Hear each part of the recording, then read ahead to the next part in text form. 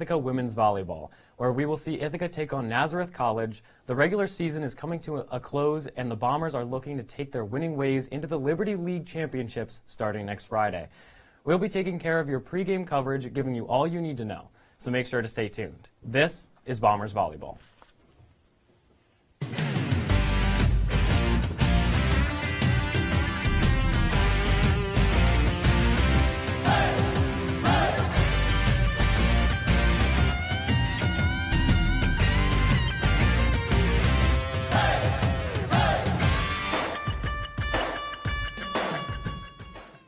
Welcome back.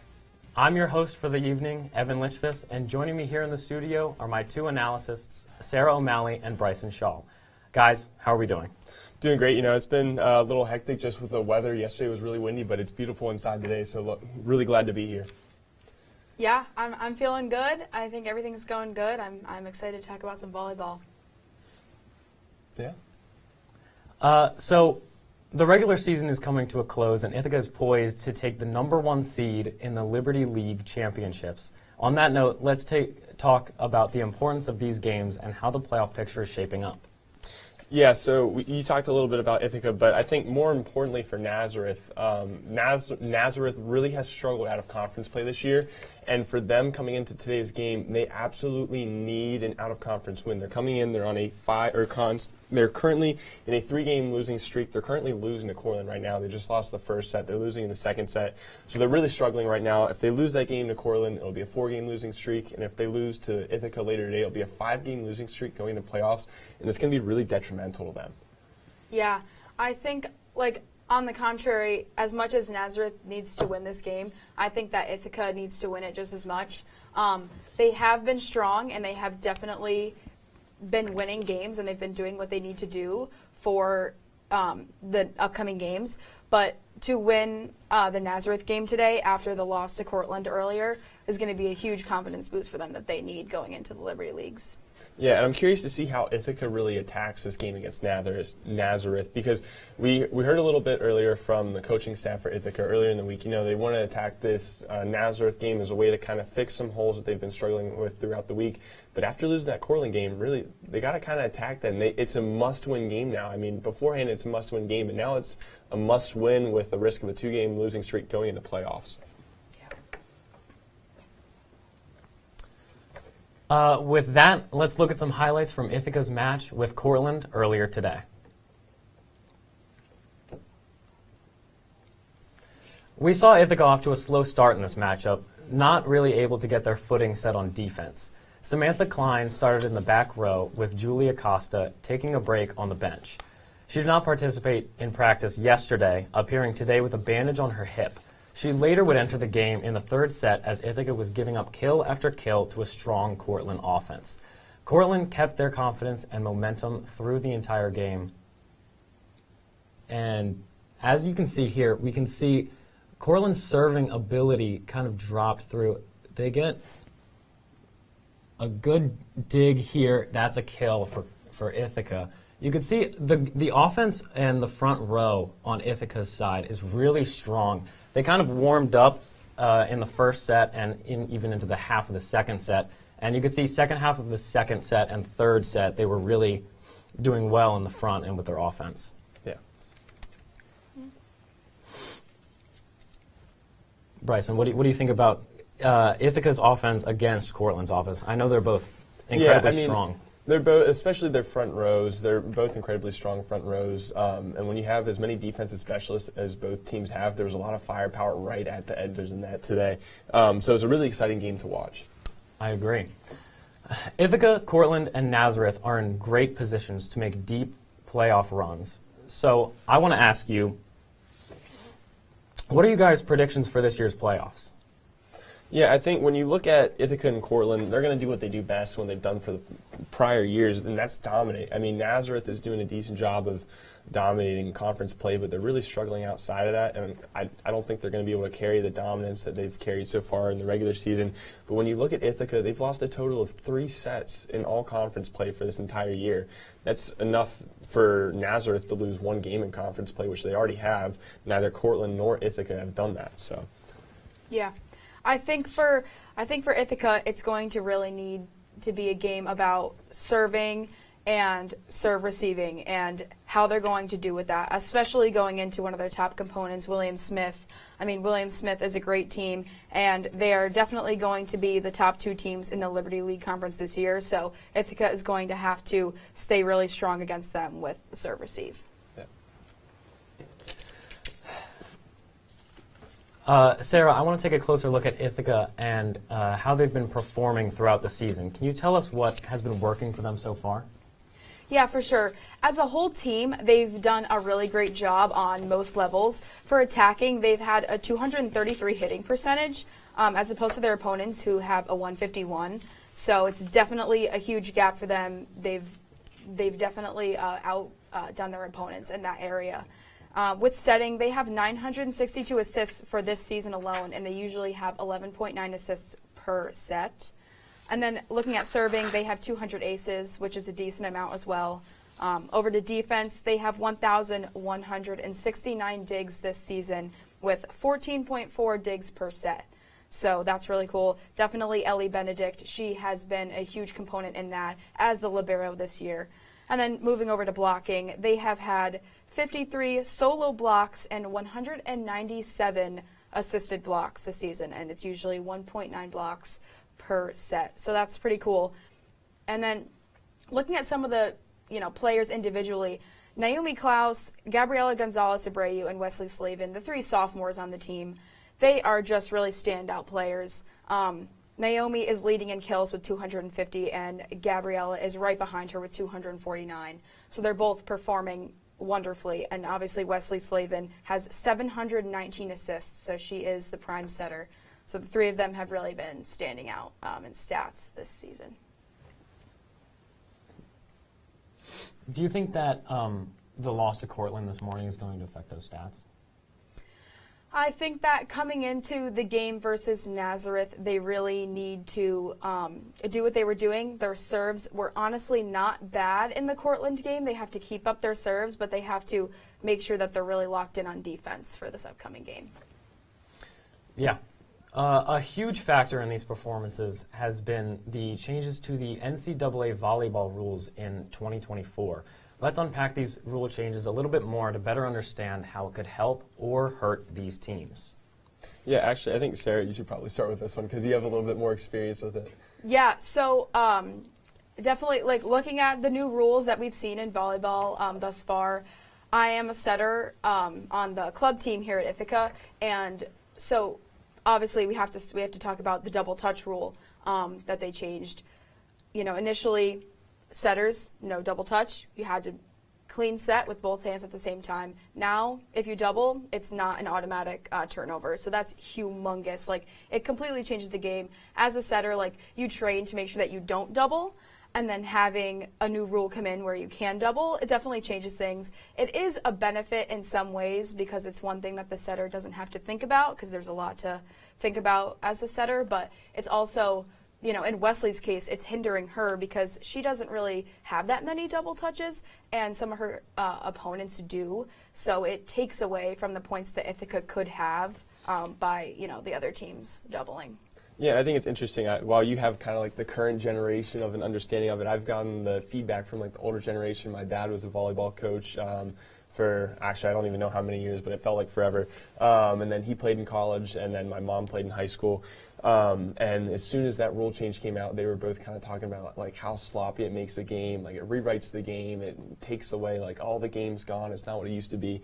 And I really do think it's interesting. I don't know if we've ever really seen any other sport just kind of grab a specific piece of the rule book and just kind of take it away because it was too close. It's almost like if the governing body of basketball was hey, we're going to get rid of the travel violation, and then you had said about the unfavorability of it, might favor someone like LeBron James, but I mean overall it's going to hurt the game.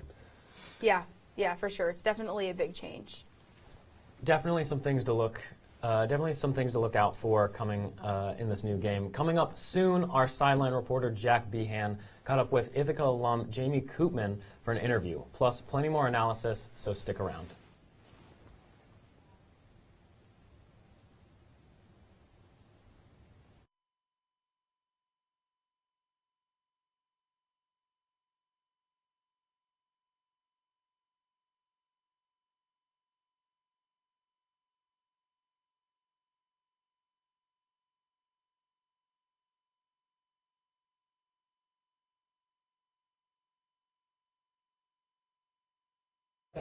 Congratulations, Josie, on an incredible career at Ithaca. We're so proud of you here back in Gig Harbor at Peninsula High School.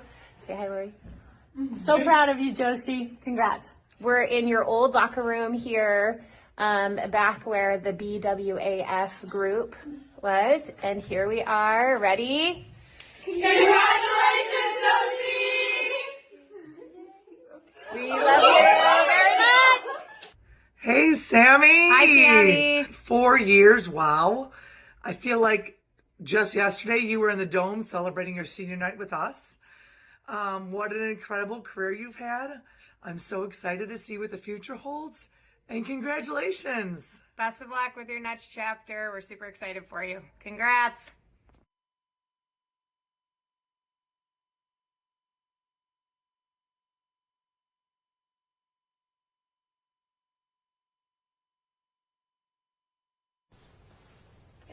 Welcome back to our pregame coverage of Ithaca Volleyball. Let's jump right back into it with a look at the current Liberty League standings with our reporter, Ryan Harmon. At the Liberty League. Of course, right now, Ithaca is standing on top of this mountain here for volleyball, sitting at 8-0. They are number one, which is fantastic. People here on the South Hill are fired up going into the game today. Let's look more at what else is happening in the Liberty League. Of course, William Smith right now sitting at number 2. They're looking at a 7-1 record for this season. Clarkson coming in third with 5-3. Union and RIT. Union's number 4, RIT's number 5. They're both sitting at 4-4. And let's throw in Skidmore there too. They're 6th overall, but they're also sitting at 4-4. As we start to move towards the bottom here, you can see Vassar College and St. Lawrence. They're both coming in towards the bottom here. Vassar going 3-5 this season. St. Lawrence at 1-7. Bard overall 0-8. As you can see behind me right here, they are standing at the very bottom. But of course today, Ithaca is fired up. We are ready to face off against Nazareth tonight. It's going to be an exciting game for the Bombers, hoping to continue their win streak that they've had within the last couple days. Send it back to you guys. Thank you, Ryan. Ithaca is in great shape heading into playoffs along with Nazareth, who currently sits in first place in the Empire 8. My question is, what has led Nazareth to this point, and what should Ithaca look out for tonight? Sarah? So I think Ithaca is going to really have to watch a few specific players on the Nazareth team, starting off strong with Alana Lucy. She's a freshman middle blocker who has 121 kills so far, and she's 6'2", which is taller than any of the players on the Ithaca team, which is a humongous advantage, especially considering blocks and hitting. And then the two Nazareth seniors, Zoe Tipolakis, who's an outside hitter with 141 kills, and Ruth Jackson, who is a middle blocker with 161 kills, will also cause problems for the defense. Yeah, and I think offensively, if you look at Tessa Grover and Leia Facili as well, they both have 200-plus kills for Nazareth's offense, and as well as they're the only two players on the team with 2+ kills per set as well. Yeah. This isn't the first time these teams have faced off. The two teams have matched up many times before until Ithaca left the Empire 8 in 2017. With a little bit more on the history of these two programs, here's Sarah Berge. Here's a quick history of all Ithaca College versus Nazareth volleyball games. In total, Ithaca and Nazareth's volleyball teams have faced each other 42 times since 1980. These games have a total of 26 wins for Ithaca and 16 losses, with a 61.9% win rate. Currently, Ithaca has a 6-win streak against Nazareth that's lasted since 2015. The last time these two teams faced off was in October of 2022. On today's game, it'll have been exactly 44 years and 4 days since the first ever match between the two teams. Our longest win streak of 10 lasted from 1980 to 1994, and our longest losing streak of 5 lasted from 2008 to 2009.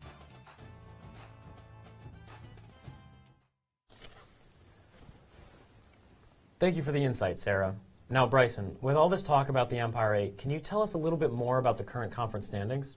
Yeah, so I mentioned a little bit earlier, Nazareth has kind of run the Empire 8 a little bit. They've only lost one game in conference play.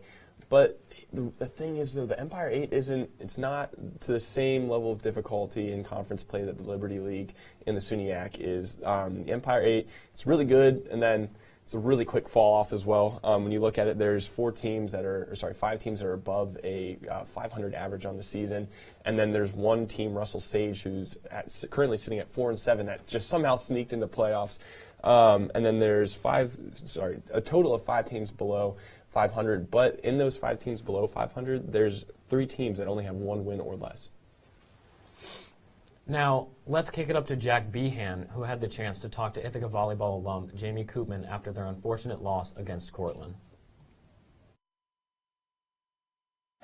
We're here live from Ithaca College, and I'm joined with Jamie Koopman, live post-game from Ithaca College. Jamie, what brings you out today? the girls' senior night. So you have watched these girls play for your entire college experience. What has it been like, and what has it been like watching them this season succeed? Well, I think this year it's just been really about watching them bond. And with new coach Tara, like she was a great assistant coach while we were here. But it's cool to see her lead, and it's cool to see like it just be all girls. That'll do it for me here live from Ithaca College post game. Thank you for your time. Sending it back up. Thank you, Jack. It's always great to catch up with the players, but we also had the privilege to talk to Coach Stillwell heading into today's matchups. Take a look.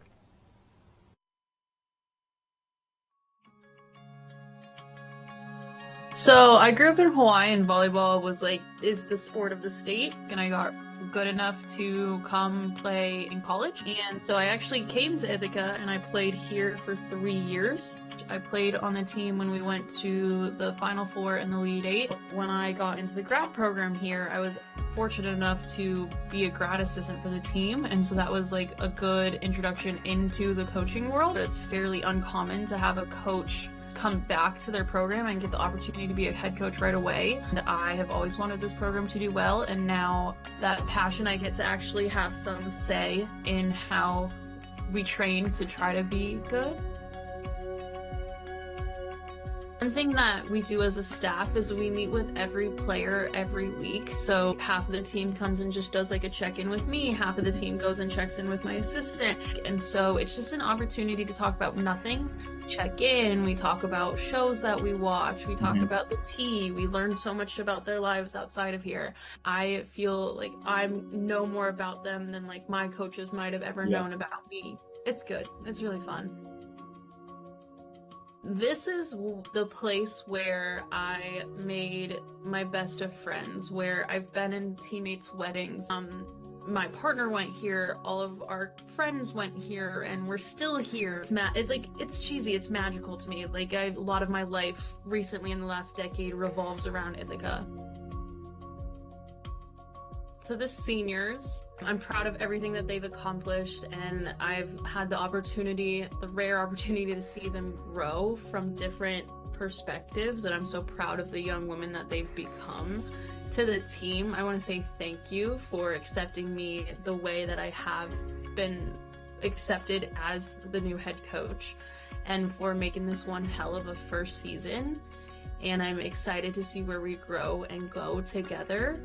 And to the fans, like I know we have fans that were friends of mine, that are alum, my family, just people who watch day in and day out. Thank you for the support, because we wouldn't be here without that support. So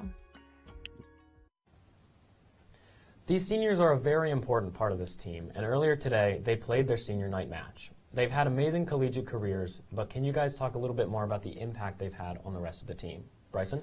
Yeah, when you look at what they've done as an entire senior group, this group has gone as back-to-back Liberty League champions. They've made it past the first round of NCAA playoffs, not once but twice. They made it to the second round in 2022 and then the third round in 2023. And then this senior group, including their freshman year in 2021 where they didn't have as strong of a season, they've still only lost a total of 14 sets in all 4 years combined now, and that's pretty crazy. Yeah, that is crazy. I mean, looking at Faith Sabatier and Peyton Miller, who are the 2 senior captains, they've definitely contributed a lot as well. Yeah. For some, this could be the last chance to take home another Liberty League title. What is that road through the playoffs going to look like for them this year? Yeah, I think we kind of said earlier, like Ithaca's going to dominate. They're going to do what they do. So it's yeah, and there's not much to it. Ithaca's they're a really dominant team, and they're going to continue to dominate. Yeah, exactly. Next up, we're going to break down this Ithaca roster and preview their match with Nazareth. But before that, let's take a look into Ben Light Gymnasium.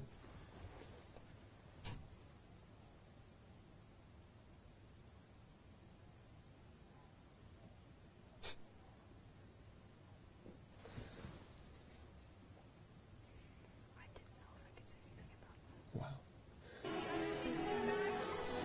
Nazareth won the second set. That was good. Oh, they're playing right now. It's 1-1. No shot. Wow. Okay, wait, when are we?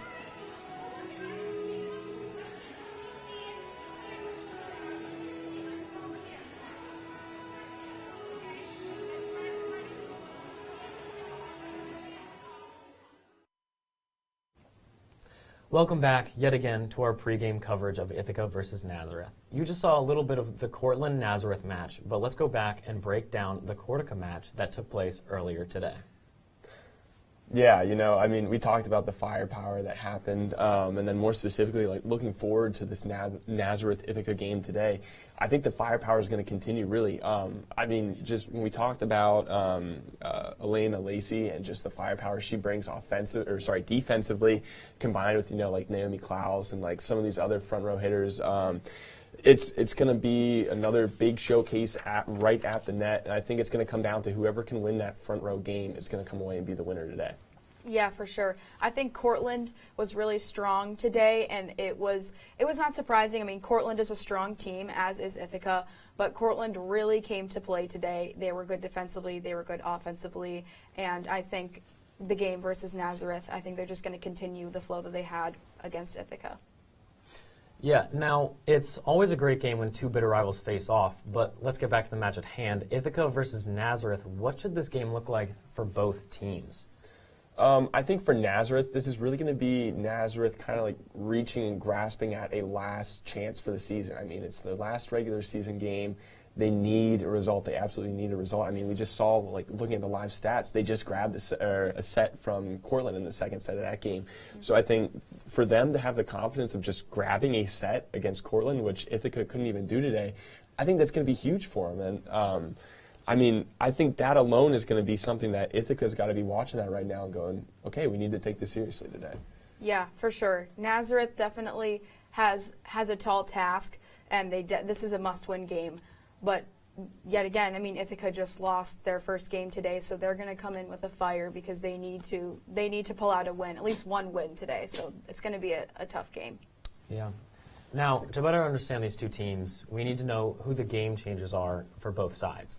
Bryson, let's start with Nazareth. Who should we be looking out for? Yeah, so we've talked about Lacey already a couple times and just the firepower she brings and just the pure domination that she brings. But it's a pretty evenly split age group team when you look at it from an overall perspective. 10 upperclassmen, 10 underclassmen, great recruiting if you look at it from that perspective. But when you look at the role players on this team, there's only 2 freshmen that are in the top 10 in the team in sets played. So it's a lot of upperclassmen, a lot of experience. When you look at it, Lucy and Trank are the 2 underclassmen, and both are freshmen, I might add, as well. But I think offensively is where they're really experienced, and they have all their seniority. I think they have 1 junior in their starting offensive lineup.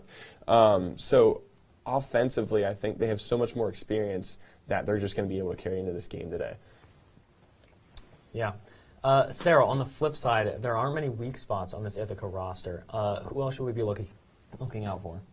Yeah, so, I mean, to bring it back to the sophomores of the Ithaca team, I mean, when you look at Naomi Klaus, she is just super good at the net, switching her hits between cross, line, and off the blocker's hands. She's consistently getting kills that are confusing to the opponent, and they just can't predict what she's doing.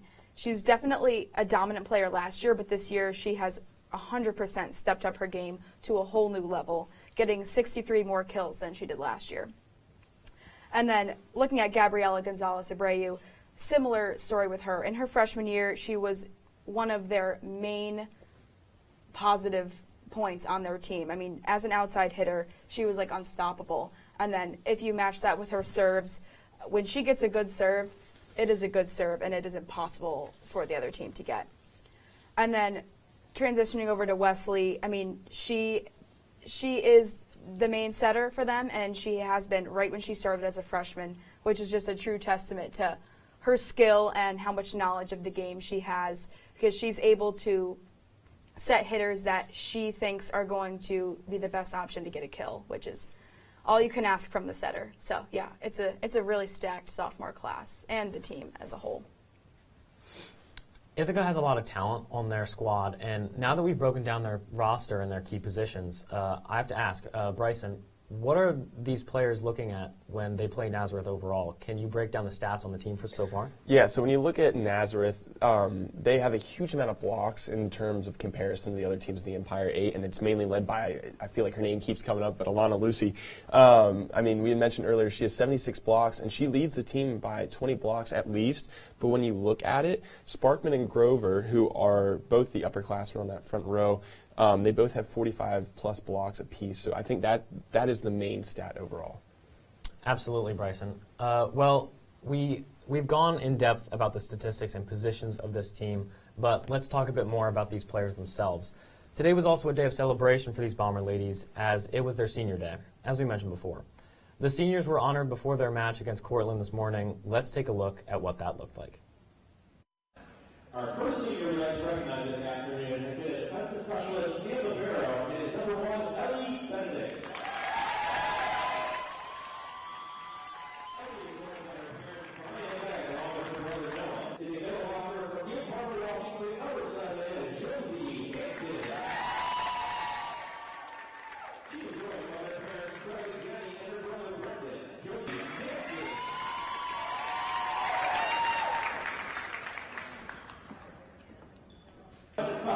From Glenview, Illinois, number 9, Sammy Mark. Our senior is another defensive specialist, and she came to the South Hill from Petoskey, Michigan, number 10, Peyton Peyton is a member of the program after transferring to Ithaca from Harley-Davidson University as number 15, Anaya Prince. She is joined by her, but certainly not least, our final senior honor here is number 23, Faith Sebastian. Faith came last season from Woodland, Texas, and is joined this afternoon by Brooke Lillian and Andrew Savalier, along with their diva, Joan Walsh. 1-3 captain, Faith has been a two-time Liberty League All-Academic selection and earned CSE Academic All-District Team Honors in 2023. She's also been named to the Liberty League Honor Roll and has been a Performer of the Week over the course of her 4-year career, where she has totaled 718 kills, 21 aces, and 237 digs, along with 95 blocks.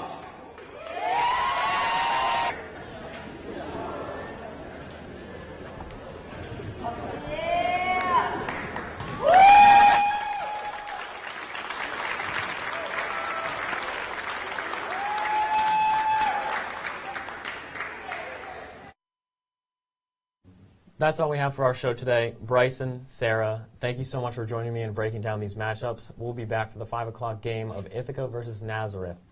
Do you guys have anything to say? Any final remarks about the Cortland-Nazareth game? Yeah, I mean, I'm excited to see where these last couple sets go. I mean, Cortland ran away with that first set. They were winning 24-10 at one point, and then ended up winning 25-13. But then they turned around and dropped the second set. So right now, third set still kind of tight. It's currently 7-4. I mean, Sarah, you might have a little bit more insight with the expertise you have, but I'm really curious with the confidence that Nazareth picked up with that second set, what they might do now. Yeah, I mean, that is absolutely huge for them. I mean, personally, I was not expecting them to come out and pull a set. So the fact that they even did that just shows the momentum going into the rest of the game. Yeah. Now, stay right there on the Park School YouTube. From Studio A, I'm Evan Litchfield. I'm Bryson Shaw. And I'm Sarah O'Malley. Thanks for joining us.